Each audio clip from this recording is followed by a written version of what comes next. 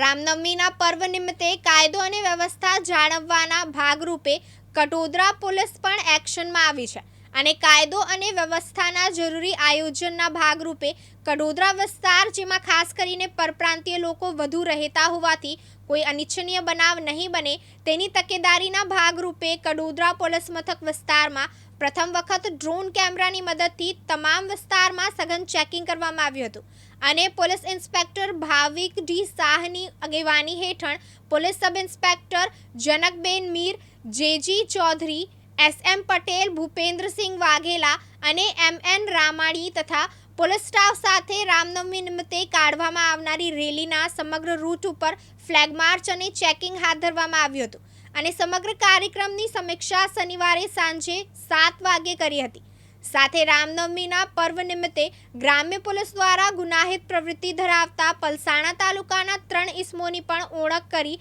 સુલેહ શાંતિ જળવાઈ રહે તે માટે 3 ઇસમોને પાસા હેઠળ અલગ અલગ જેલોમાં મોકલી આપવામાં આવ્યા છે।